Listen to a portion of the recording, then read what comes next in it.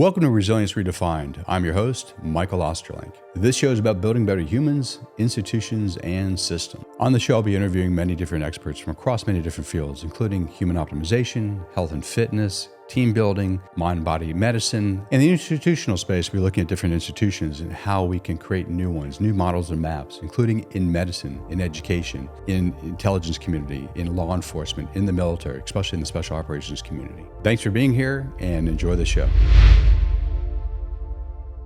Welcome to Resilience Redefined. I'm Michael Ostrolenk, your host, and today we're going to be talking about rules, roles, and identities. It's an exercise I created, 15, 20 years ago for my work with couples. As many of you know, I'm trained as a marriage and family therapist for almost 30 years now. I've been doing coaching with couples for about 25 years. So a long time in the field. Got to work with some amazing couples. I'm really honored to have got into their lives and hopefully in many, if not all cases, improve their lives, their connection, their intimacy, their love, et cetera, et cetera. And one of the exercises that I have most, if not all my clients do is what I call rules, roles, and identities. Let me break down each of those sections. Rules. There are rules or guidelines, if you want to use that word, that's better for you, which guide our relationships. It tells us inside that relationship what we're able to do, what we're able to say, what we're able not to say, what we're able not to do. What's interesting about these rules that we create or co-create with our partner is that most of them are unconscious. It's not like we're two lawyers who sit down like, here's the 300 rules which are going to guide our relationship. What it is different forces that come through the individual, family of origin, ethnicity, nationality, various aspects of culture, religion. All those various things come together and teach an individual how to show up in a relationship. And you have two people who come together, and these unconscious forces interact with one another and create these rules. Now, the purpose of the rules, roles, and ID exercise is to excavate those rules, to go from unconscious to conscious, and then look at them and make a determination. Do these rules or guidelines still benefit us, if they ever did, in the kind of relationship we want to have and create into the future? So it's important that you want to go deep looking at these rules that guide you, bring them up and look at them, and then make a determination together. You might be able to say, yes, we understand where those rules came from, this particular rule came from, why it emerged between us, but maybe if it ever served the relationship, it served some purpose, but maybe it doesn't serve the relationship now. We're going to remove that rule and maybe replace it with something different. So let me give some examples of these kind of the unconscious forces and how they interact to create these rules. So as I said, most people are not lawyers to sit down and draft up our 100 rules of how we're going to do a relationship. Now, there might be a few explicit rules that you come up with, which is great. Like, maybe you're monogamous. You get married, you're monogamous. That's an agreement you guys have. Okay, and you clearly define what that means, and you live into that agreement. Awesome. But most of the other things are more like wink, wink, nod, nod. So let me give you an example. So let's just say I can't give you an example of a particular client of mine back in the day. So I think they got together and they're 19, 20 years old. So, young, a little bit immature. And I believe it was the man who was a little bit more insecure than his female partner. And what would happen is she would talk to other guys. I believe they were off in college when they first started dating. And she would talk to other guys. And he was very insecure at the time. And instead of saying to her, hey, I just want to let you know I'm really, really feeling insecure. This is not about you, because she was literally not doing any behavior that was quite inappropriate. But he still felt insecure. But he did not say to her, and most 19, 20-year-old young people would not do this, and most 40, 50, 60-year-old people wouldn't do this. But he didn't say, hey, I'm really feeling insecure when you talk to these guys. I know it's not you, it's me. Well, let me walk through some of the dynamics and perhaps where this came from. And I just want to share this with you because I don't know how to deal with this in this present moment. My inclination is to kind of shut down and want to run away, whether literally physically or just inside my human system, and or just want to kind of growl at you because it really bothers me when I see this. But like I said, it's not you. I know it's like 99% me. Cool. And there's some aspect of the other person perhaps involved, but no one does that. No one says that to their partner. No one acknowledges their own fears and insecurities and and the lack of capacity to learn how to deal with it in that very moment in a healthy way. What would happen is, if I remember correctly, this guy would kind of like shut down. He would stop talking to his girlfriend, kind of get moody with her and kind of disappear inside of his own psyche. And she'd be like, "What's wrong?" And he's like, nothing's wrong. Nothing, like that kind of stuff, which is a lot of us do all the time. And, after a while, she kind of got the message. The message is, if she wants to keep him as a boyfriend, she needs to lessen her contact with other guys. And she agreed to do that. But she didn't sit down with him and say, "Hey, I just want to let you know, I know you're insecure. I'm going to do this for you." It's more like wink, wink, nod, nod. If she wants to survive inside this relationship, she's going to have to change her behavior. She changes her behavior, mostly not thought through, kind of more on the unconscious level. She restricted her connection with the other guys, especially in front of him. They deepened their connection. They finally got married. And I think they saw me in their 32. So like 12, 13 years later. And this came up as one of the rules, because she still, as she sat and thought about it, like she still was kind of guided by this rule from 13 years ago, 12, 13 years ago, that she shouldn't talk to other men. And they talked about that, 13 years later. And he acknowledges insecurity, when he was a teenager, early adulthood, kind of apologized for his behavior, the way he handled it. He just was immature. They talked about that, and they kind of broke the spell around the rule. And she's realized wow, that's kind of stupid that I can't talk to other men or limit my contact with other men, because she wasn't doing anything wrong, like in the conventional sense of like just having a conversation with another dude. Like, that's all cool. So they had that conversation and they removed that rule. He felt secure. He doesn't care if she talked to other men within the limits of their agreements, other rules, right? And she was free to then go do that. So her whole system could relax and not feel unconsciously like, why am I feeling so weird talking to this other dude in front of him, or he knows about it. And for some reason I feel bad, although I'm not literally doing anything wrong. So that rule was removed from the relationship. So that's an example of like rules that if you sit and think about and be with, like what guides us, those kind of things can emerge. And other things you might ask yourself are, what cannot we talk about? Are there topics that are haram that we cannot touch?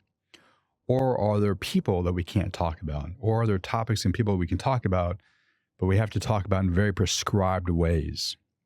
They're very limited in the range of what we're able to say about this person or the situation or whatever happens to be. As you discover those things, those are some of the rules that guide you, mostly unconsciously, as I said. And what you want to then do is I have both of them write up at least 10 rules that they sit with and you discover like, oh my God, these are some rules that guide our relationship. And then the couple gets back together and they talk about it. And then they walk through each one. Hey, is this a rule that really guides us? Oh my God, it is. Do we still want to be guided by this rule? No. Cool. Let's jettison it. Now that also takes, as I shared in the earlier podcast, working on the second and third domain. The second domain is the inner work that's necessary, working on your wounds, any kind of trauma that's stuck in your system, learning to regulate yourself and learning to adapt in your own nervous system and evolving your consciousness. All those things need to happen, because even if you verbally agree to remove a rule and replace it with something else, these are unconscious things, so it's still stuck in the nervous system to some degree or another. So you still have to do the work to remove that rule from the nervous system. It's not enough just to cognitively agree with your partner, like, hey, that rule sucks. I don't know if it ever served us. It served us for some purpose. When we're maybe less mature, less capable, it doesn't serve us now, let's replace it. Cool, cognitively we get that, but then you actually have to do the work to make sure it's removed completely from the nervous system. And then this, the third domain, as I had mentioned in the previous podcast, the first domain is the agreements. Second domain is doing all the inner work. And the third domain is a co-regulation. So there are ways that you also want to do the inner work to remove it from the nervous system, but also you can do some co-regulation work with your partner to make it easier to remove those rules and replace it with new rules. All that is really important. So that's the rules. Really powerful exercise, because as I said earlier, most people have maybe a handful of rules that are consciously chosen and discussed, and the rest are kind of unconscious forces driving through the system that lead to the way we engage with one another. So like, hey, let's be conscious about those and make better decisions for ourselves moving forward. And it's an iterative process. So you might come up with a new rule today, like, hey, here's a new guideline on how we want to do things. 6 months from now, it might not serve you anymore. A year from now, it might not serve you. 5 years from now, it might not serve you.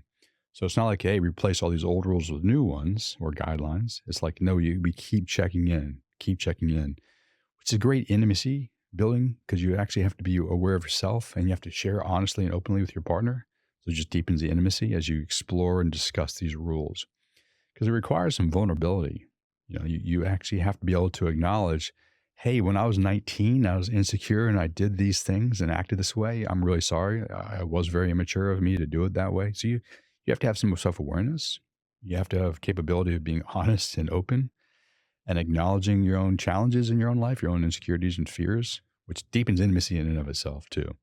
So the rules part of the exercise is that really, really powerful. The second piece is roles. So you can think of roles in two different ways. We all play various roles in relationships. I'm a father, I'm a husband, I'm a son, I'm a brother, I'm a sister, I'm a wife, all the different roles that we play. I'm an uncle, I'm an aunt. What we don't give much thought to is how do we define those roles? What's it mean to be a brother? What's it mean to be a husband? What's it mean to be a mother? Those kind of things. So what I have my clients do is sit down and acknowledge the roles that they play in the family dynamic, and then talk about what their expectations of themselves in that role and what their partner expects of them in that role. What do you expect of me as a husband? What do you expect of me as a wife?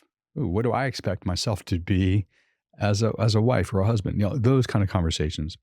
So it requires one to sit and think about, these are the roles that I play. Awesome. This is how I do those roles. Cool. Until this very moment. Do I want to continue to do those roles this way at this present moment? And I need to have a conversation with my partner to find out what he or she expects of me in those roles. Because a lot of this, like the rules, are unconscious forces.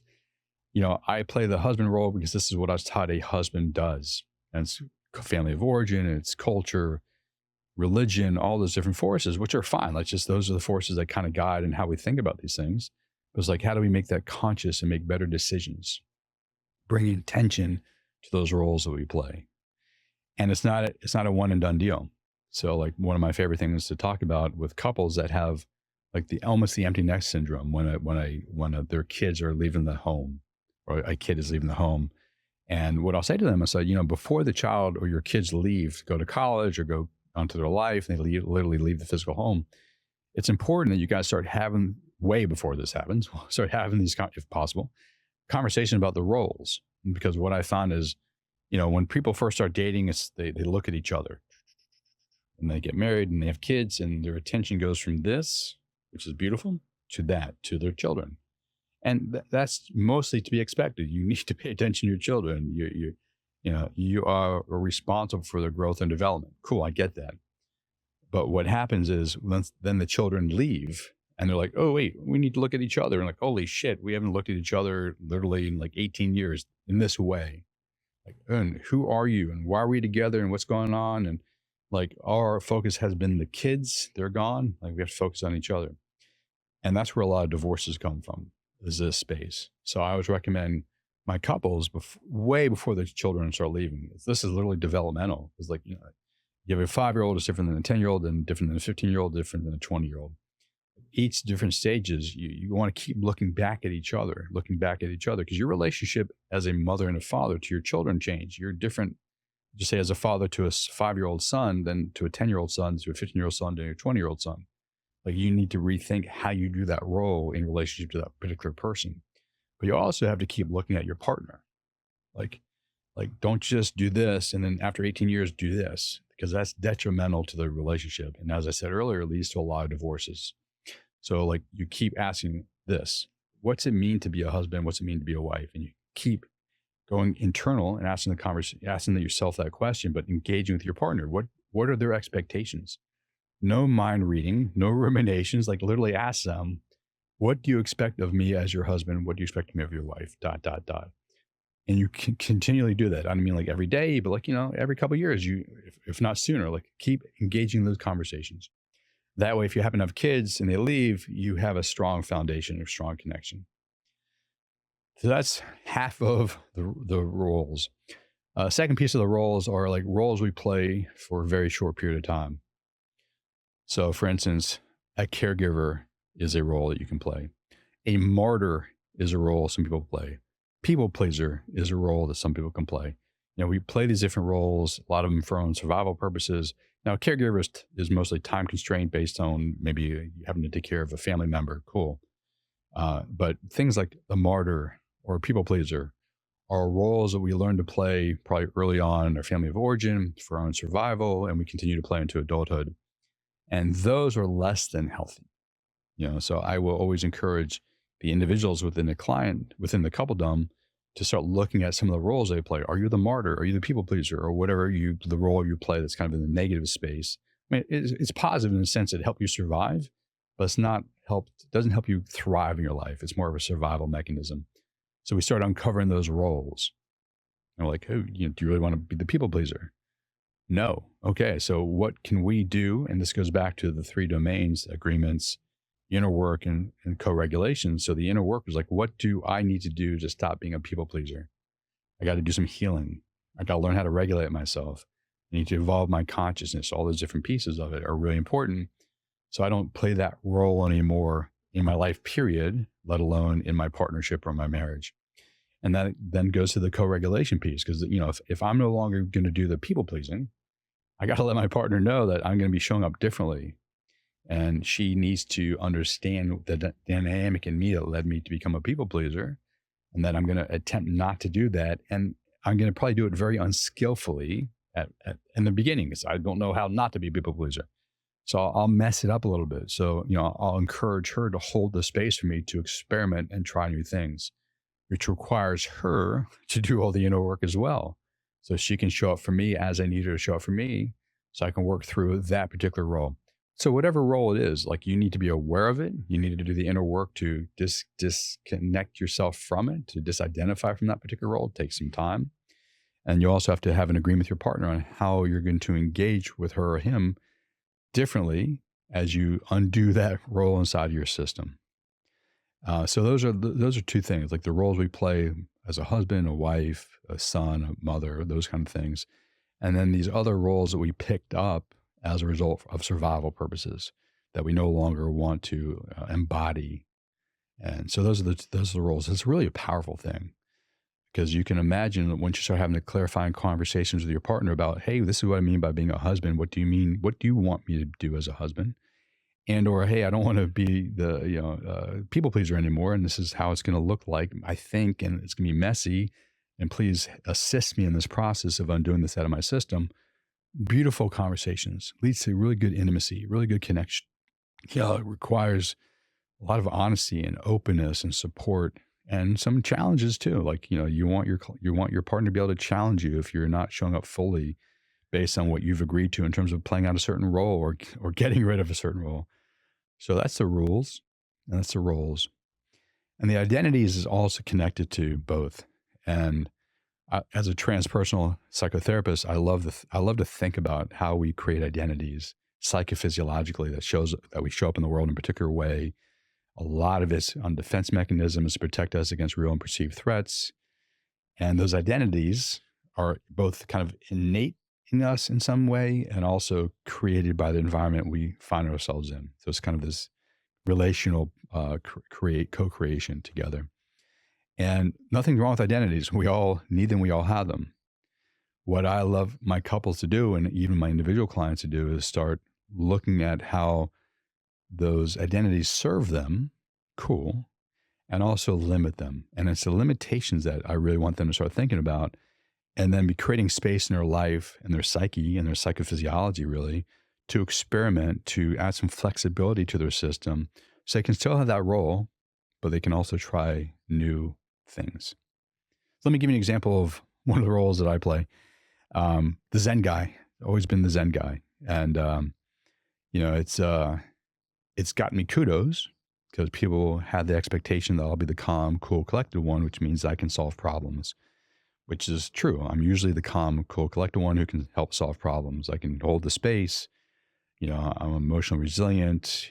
I'm front side focused. I can do that for people, which is wonderful. So, it's a way I showed up in the world, which partially is just innate in me as a human being.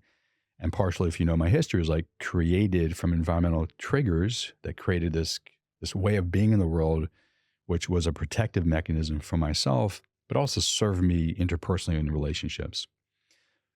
That's awesome. Actually, I love being kind of the Zen guy. I like being calm, cool, and collected and being able to like think through and help people solve their problems without getting all worked up.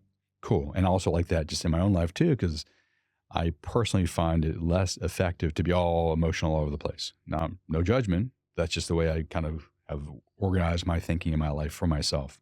No judgment on other people who don't show up that way. Cool. And cool. I love that identity. I get support from my ecosystem, my social system. For that, people have that expectation and like that way of me being in the world. Awesome. The problem is it's self-limiting.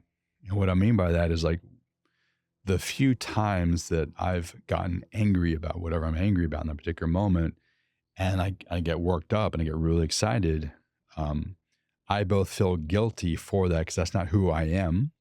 And I get social pressure not to do that. Oh, wait, you're the Zen guy. You can't get that way. I'm like, oh, shit. All right. That's not healthy. That's not healthy for me because, I'll just use the anger example. If I repress the anger because I have to be the Zen guy, it doesn't go away. It can come out sideways as passive aggressive behavior, possibly. And I've seen that myself over time. But more likely for me, shows up as in my physical system as chronic illness. There's the various conditions I've had that I can really connect deeply to repressing anger. So it comes out somehow. It just doesn't come out directly because it's not my identity. So one of the things personally I've been working on is like, no, it's okay to be angry. I mean, I don't want to walk around road raging and beating people up. It's just not me. But it's healthy to both allow the anger to flow through the system, to manage it, and to express it in healthy ways. So like literally that's been my path in the more recent past is like to do all that, feel it, manage it, and express it, and open up the identity from Zen is cool, but it's also kind of cool to have the ability to respond to environmental triggers or internal conversations inside myself and feel anger and use that anger to motivate me towards action. Now, that doesn't have to be your trip. We all have identities like that. Oh, this is who I am. That's just who I am. Or that's who people expect me to be. So in my work with couples, we kind of identify a handful of these identities that we bring into the relationship. Cool.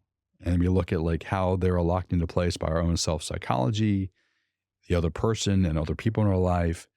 And then back to the three domains: agreements, the healing, regulation, adaptation, and evolution of the individual, and the co-regulation. All those three things come into play when we start working with identities. Because I might say to my partner, hey, I'm the Zen dude, cool. And I don't think it's healthy for me to repress my anger anymore. I'm not really good at it. Like I go from zero to hero in like 3 seconds and like, oh, I don't like that. Like, oh, too much energy in my system.